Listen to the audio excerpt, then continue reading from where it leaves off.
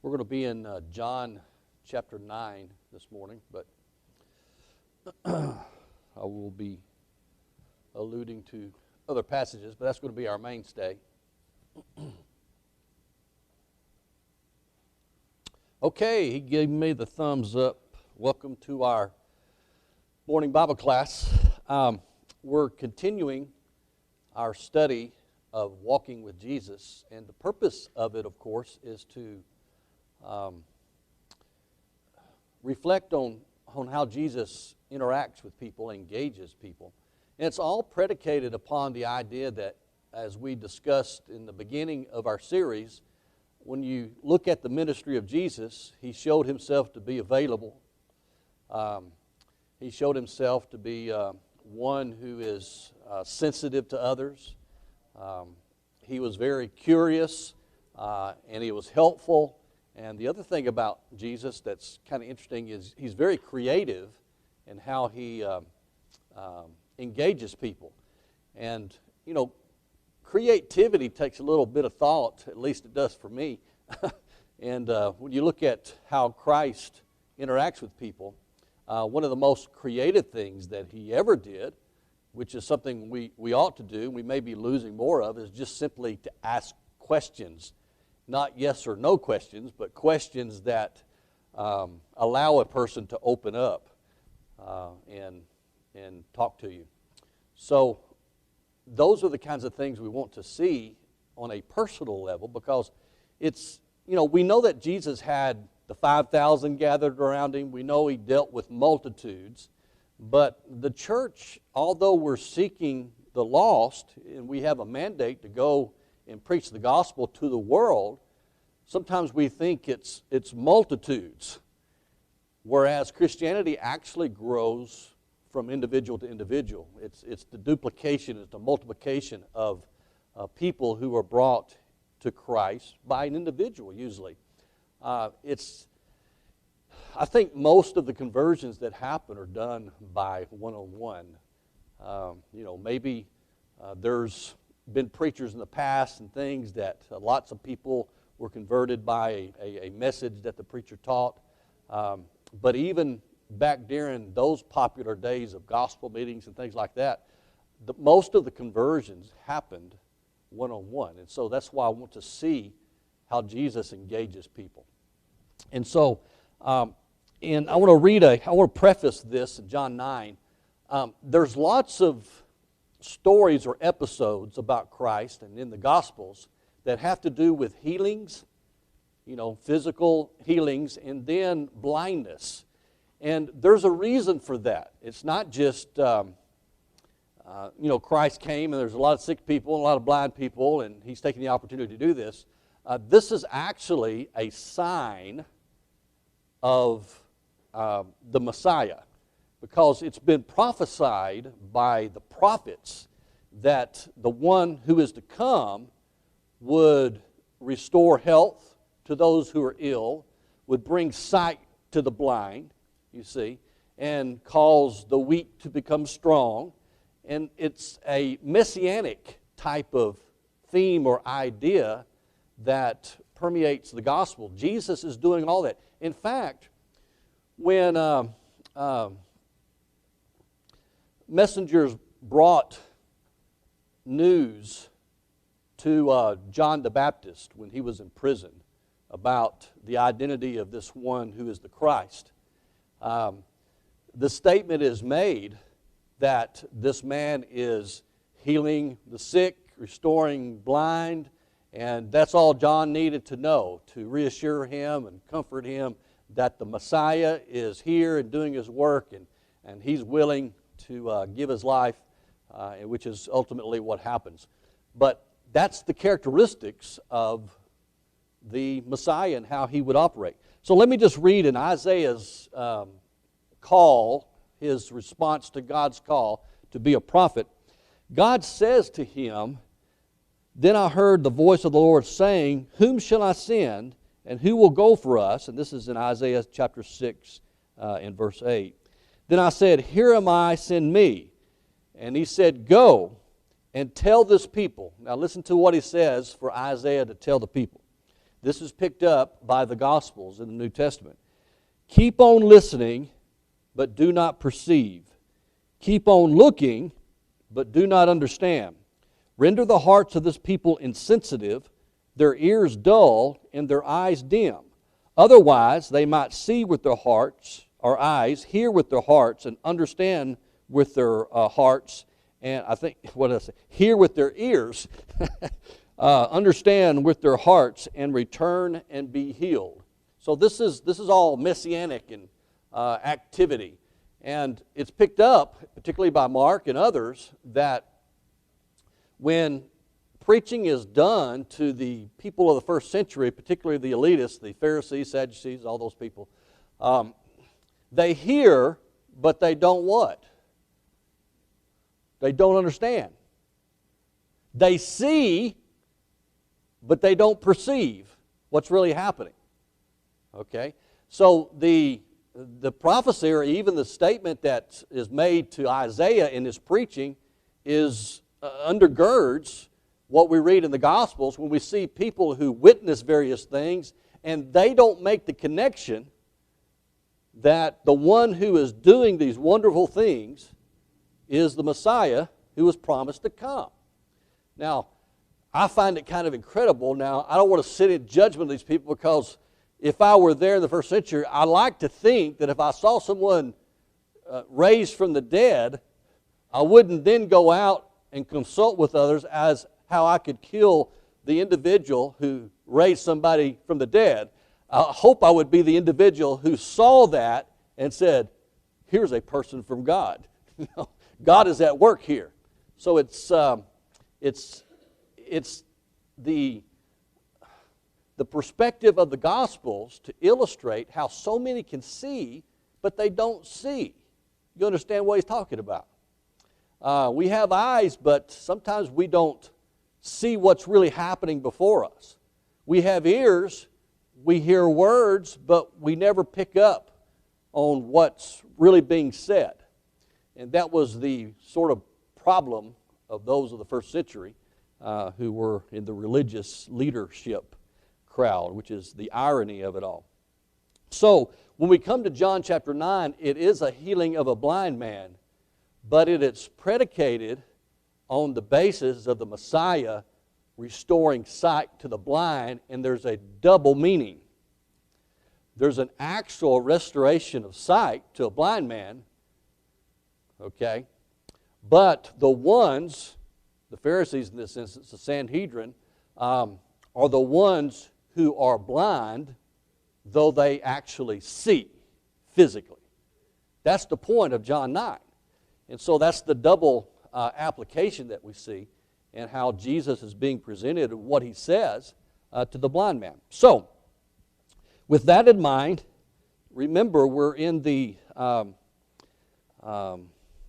we could say the setting or the scene or the characteristic of the Messiah. And so all these things come to bear in the life of Jesus in fulfilling those things that the Messiah does, the activity of the one who is sent by God.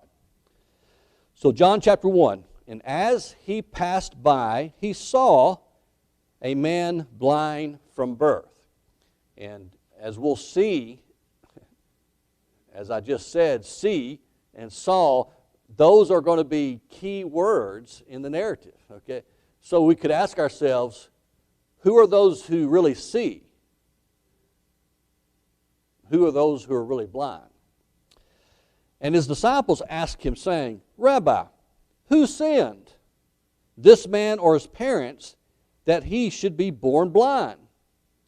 Jesus answered, it was neither that this man sinned nor his parents, but it was in order that the works of God might be displayed in him. See the connection now to messianic activity? Okay. So we must work the works of him who sent me as long as it is day. Night is coming when no man can work.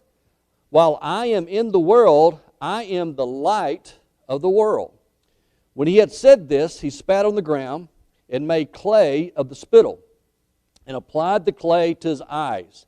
and said to him, Go, wash in the pool of Siloam, which is translated sent. And so he went away and washed and came back seeing.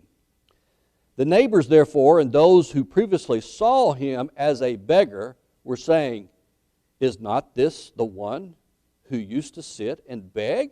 Others were saying, This is he. Still others were saying, No, but he is like him. He kept saying, I am the one.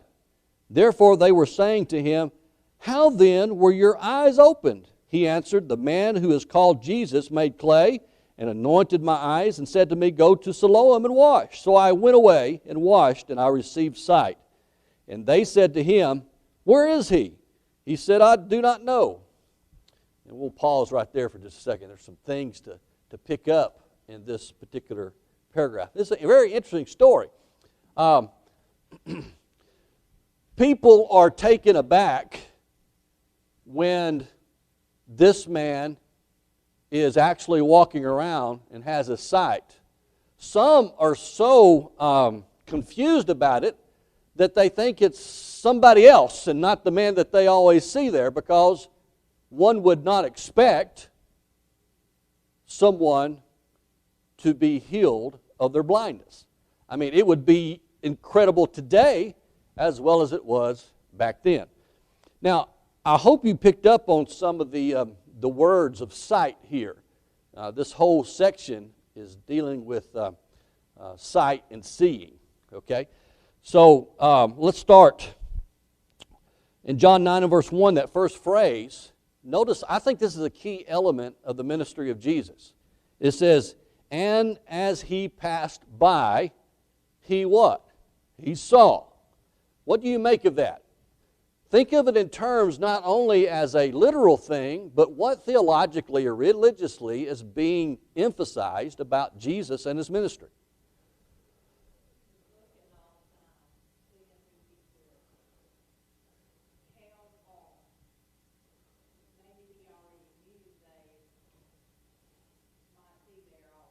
Mm-hmm.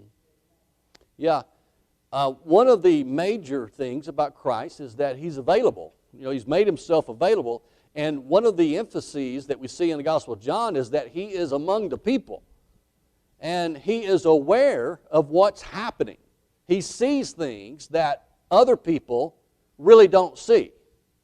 Now, someone may see a man who was born blind, sitting there begging, but Jesus sees something else. In fact, the man becomes an object of a theological discussion with the apostles, with his disciples. Right? So what's the theological, religious discussion that's going on concerning this man who is blind? Do what? Okay. All right. So there must be a reason for his blindness. Yeah.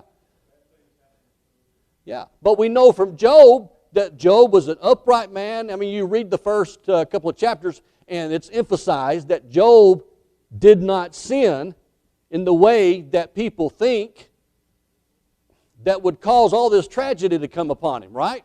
That's the message. Sometimes it's different things that cause or bring suffering into the world. And it could be Satan is testing the mettle of your faith, which seems to be the case in the book of Job. But you know what? Job was God's, how should I say it? God had so much confidence in Job that he allowed Satan to test him. Think about that. Maybe that's our reward in a sense. Would we like that reward? That God has so much confidence in you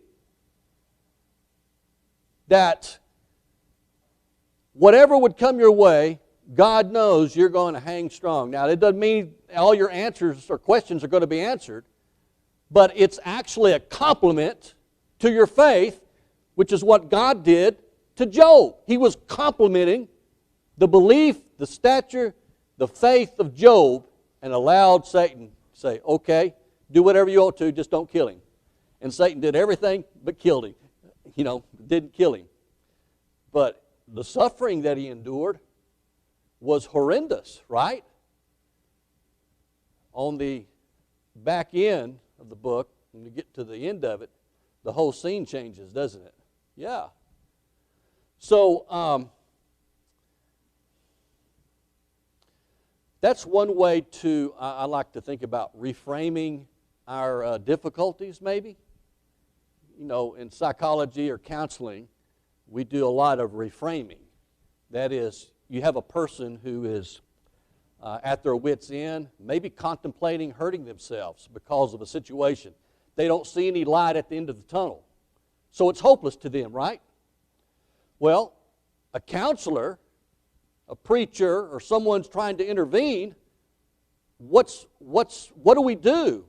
How do we give hope to them? How do we make them see when they don't see? Well, you have to reframe the situation. In other words, you have to bring to light that there is hope, that there is a light at the end of the tunnel.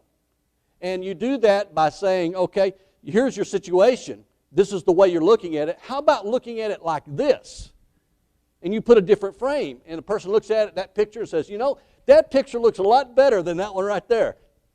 What have you done? You've taken the same facts, but you've put it in a different frame to show them that it is not what they think, that there's options, there's more to it. There may be even a bigger picture that you're not contemplating because you're hurting so bad, or someone betrayed you, or whatever. Okay? Well, the disciples saw the man as a religious argument. And so when, Jesus passed by and saw him, and when Jesus is looking at him, he has it framed in a different way, doesn't it? What does he say to the disciples concerning their religious conversation? Do they go down that road that the disciples wanted to discuss to try to find out who sinned?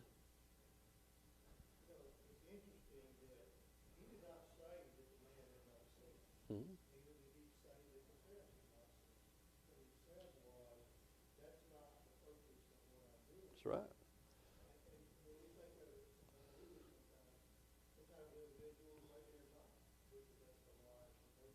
Mm-hmm.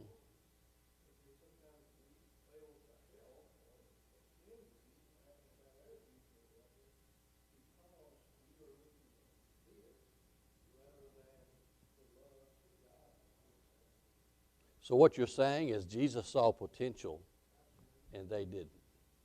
Okay, we're through. No, I'm just... That's true. The whole point of who sinned and all that misses the whole idea of God and what God is about. It's like focusing just on the water turned to wine, and what is the wine? Fermented, alcoholic drink, or is it grape juice? Well, if you focus on that, you've missed the whole thing. But see how we can see but not see, hear and not hear. That's the whole point. It happens to us today, all the time. It's being, Isaiah's thing and prophecy is being fulfilled all the time, even among us who should be trained a little bit different to see things that others don't see.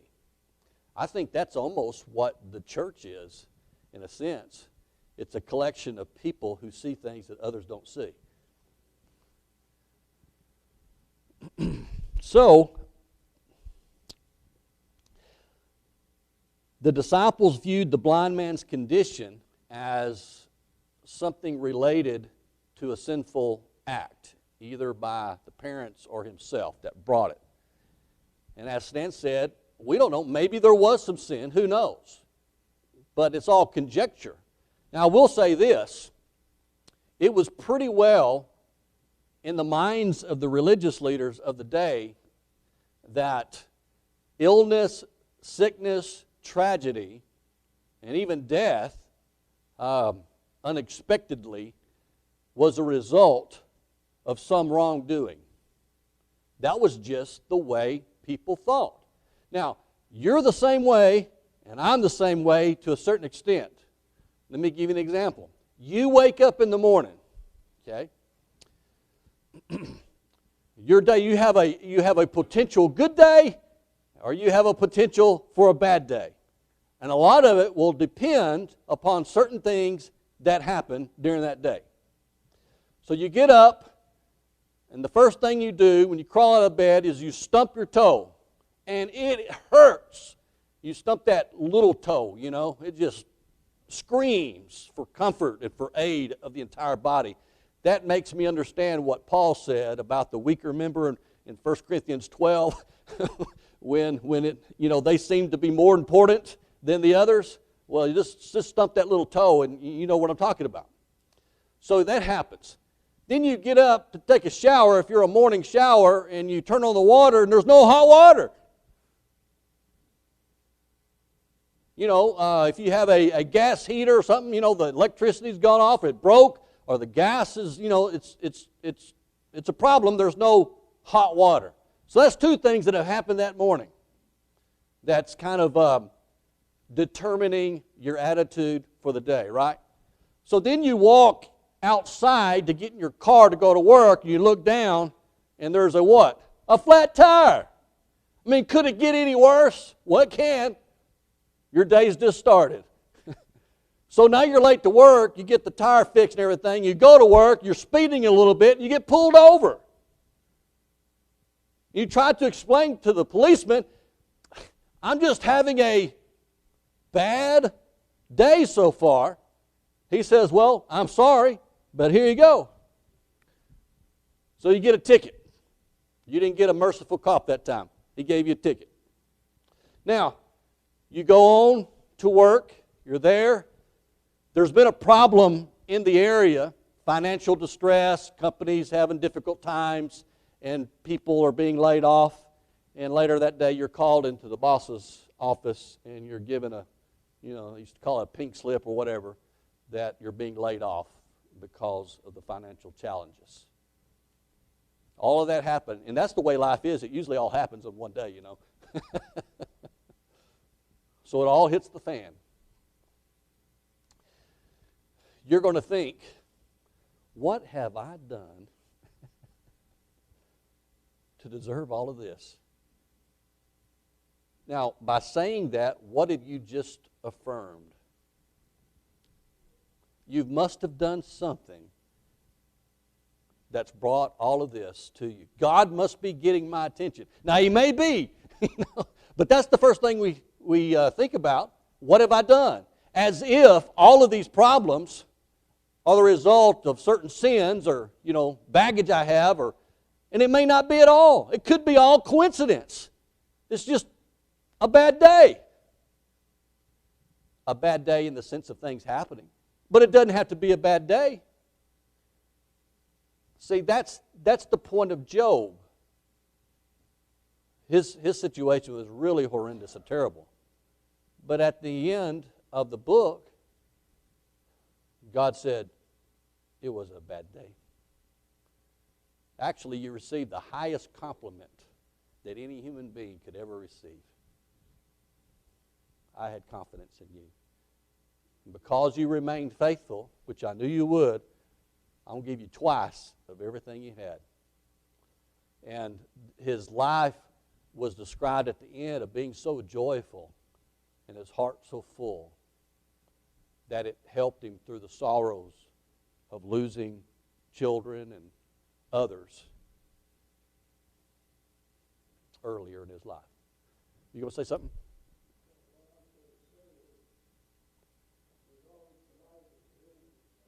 Yes.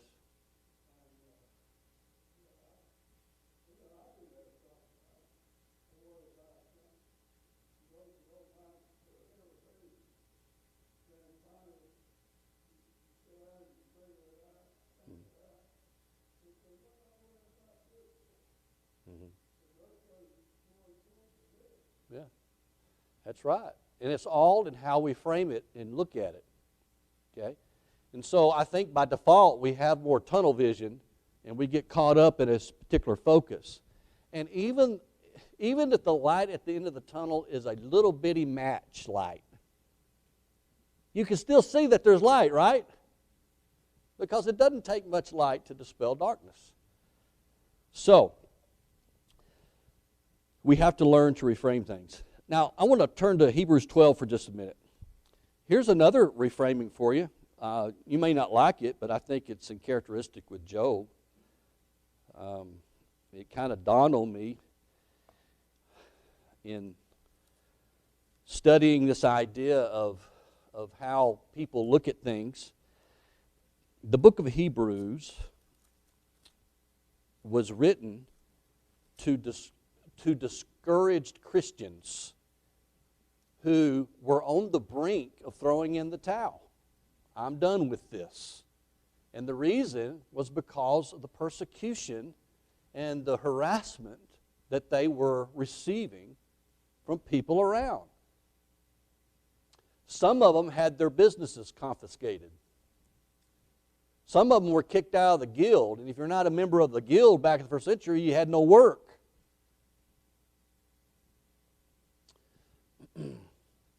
They were treated as outsiders, even though they were citizens. The communities have turned on them. They were betrayed.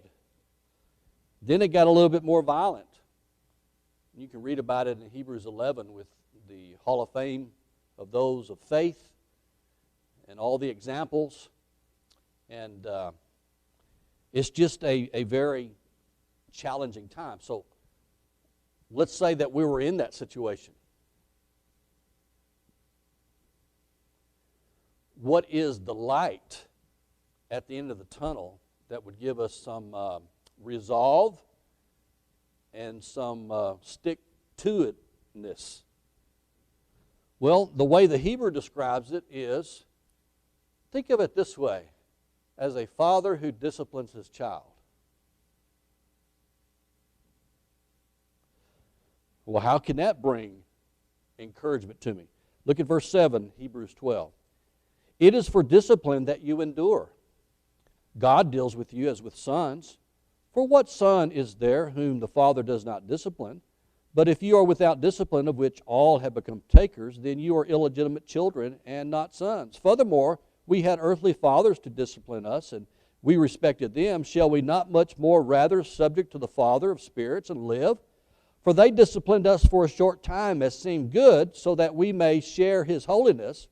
All discipline for the moment seems not to be joyful, but sorrowful. Yet those who have been what? Trained by it, afterwards it yields the peaceful fruit of righteousness. Okay, this is how the writer of Hebrews is encouraging the discouraged Christians. So what's his words to them?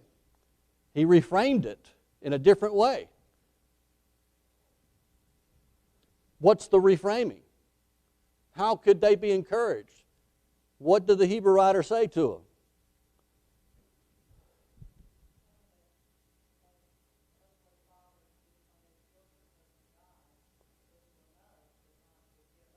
Right. And this discipline has a result to it, which is what? You're trained by it.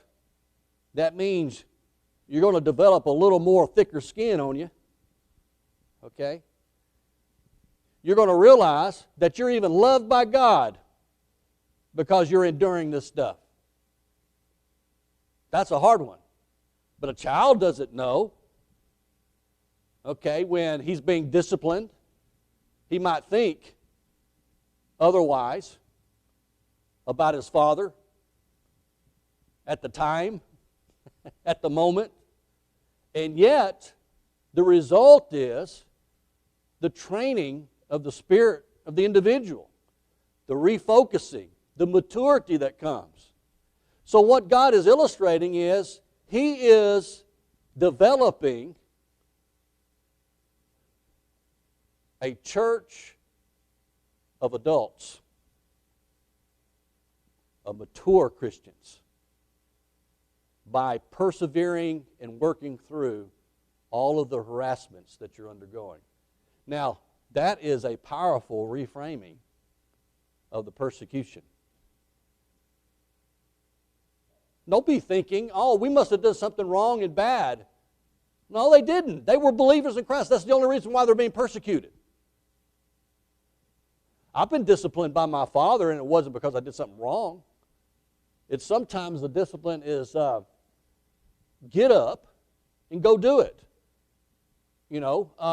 Persevere. Don't give up. Learning discipline from the activities of our world and environment, those things that happen to us, is a good training ground for God's people. Now let me ask you something. How do you develop perseverance if you have nothing to persevere through? Right? Now, anybody can whine and complain. I mean, we're coming to the world whining and complaining. And some people still do that, whine and complain. But if you're going to develop the Christian virtue of perseverance, what do you need? You need practice.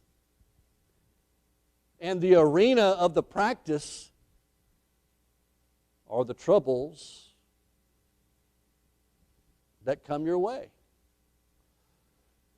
Okay, you ask God, I want to have joy despite my circumstances. So He'll give you a bunch of circumstances to help you develop the attitude of joy. Someone, in realizing this, says, maybe prayer is too powerful. Asking God to help you with this. And when He does, we curse and we whine and we think it's all bad without realizing that maybe the Father is disciplining us to help us be what we can be. Maybe the Father spots potential in us. That's the point, the reframing. So, what's the difference in what Jesus sees and what the disciples see? The disciples saw an object, just like the woman caught in adultery was an object to the Pharisees. The disciples, the blind man, is the object to his disciples. See, in this instance, they're no better than the Pharisees in how they have framed things. They still got a lot of growing to do. Jesus saw potential. And that potential is paraded after He heals him. Because if you ever saw a blind man who then gained his sight put seeing people who became blind and back them up into the corner, this blind man did. They said everything about him. We know who you are. You don't know the law. You're not part of us. Shut up. That's all they said to him. He tried to explain. You have nothing to say. You're teaching us. How dare you? And yet he comes out as the rabbi over the rabbis, as the one who sees over those who think they see, because they're caught up in one frame of mind. They don't see potential. Yeah.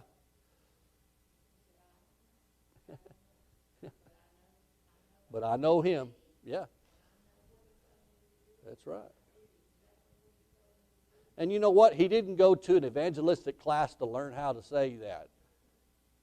He just says, I know what I know and what happened to me and how things have changed.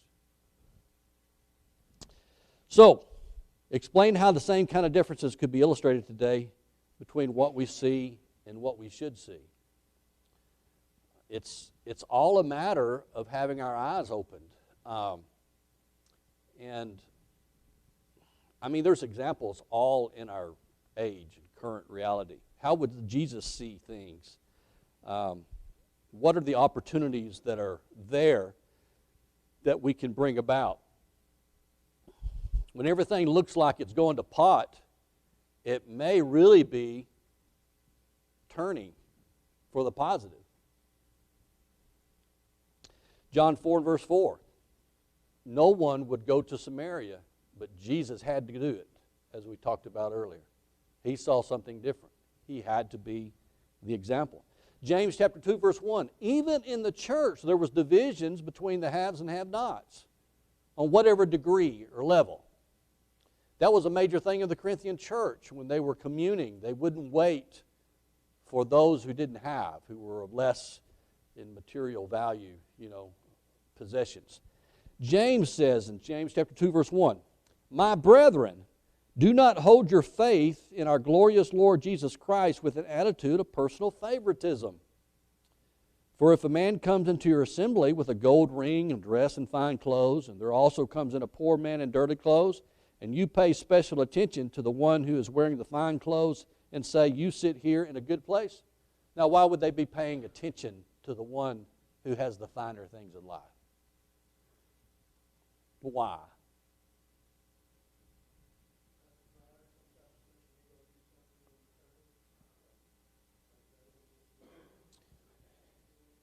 Yeah, it's something we all think.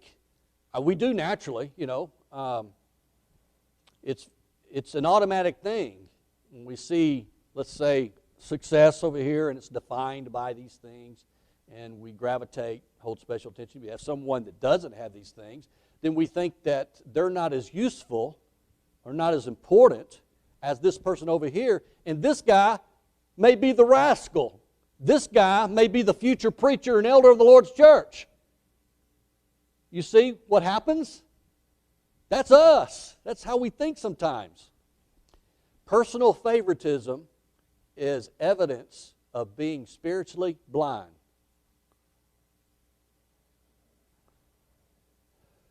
It's the only congregation I've ever been a part of where I hear the waterfall in the back. It's fascinating. That's right. We better jump in real quick, right? Okay, let's go to John chapter 9 again. I'm running out of time, and I want to read the interaction between the blind man and the scholars of the day. This is pure wonderful to see this interaction. They so distrust him that they call his parents in. So let's look at verse 18 of John 9. The Jews then did not believe it of him that he had been blind and had received sight, until they called the parents of the very one who had received the sight, and questioned them, saying, Is this your son, who you say was born blind? Then how does he now see? His parents answered them and said, We know that this is our son, and that he was born blind, but how he now sees, we do not know. Or who opened his eyes, we do not know. Ask him. He is of age. He will speak for himself. His parents said this because they were afraid of the Jews, for the Jews had already agreed that if anyone confessed him as the Christ, he was to be put out of the synagogue. For this reason, his parents said, He is of age. Ask him. So a second time they called the man who had been born blind and said to him, Give glory to God. We know that this man is a sinner. He then answered, Whether he is a sinner, I do not know. One thing I do know, that, though I was blind, now I see. So they said to him, What did he do to you? How did he open your eyes? He answered them, I told you already, and you did not listen. Why do you want to hear it again? You do not want to become his disciples too, do you? They reviled him and said, You are his disciples, but we are disciples of Moses. We know that God has spoken to Moses, but as for this man, we do not know where he is from. The man answered and said to them, Well, here is an amazing thing, that you do not know where he is from, and yet he opens my eyes.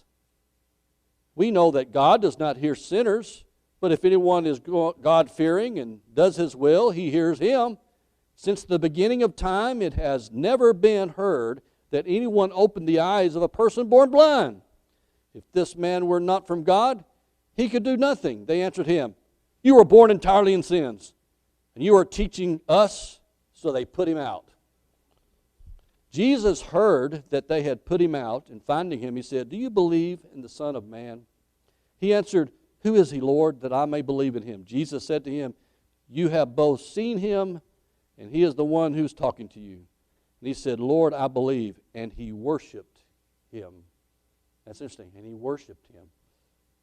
And Jesus said, for judgment I came into the world, so that those who do not see may see, and that those who see may become blind. Those of the Pharisees who were with him heard these things and said to him, we are not blind too, are we? And Jesus said to them, if you were blind, you would have no sin. But since you say we see, your sin remains. Jesus has a lot of cryptic statements. What does that final statement mean?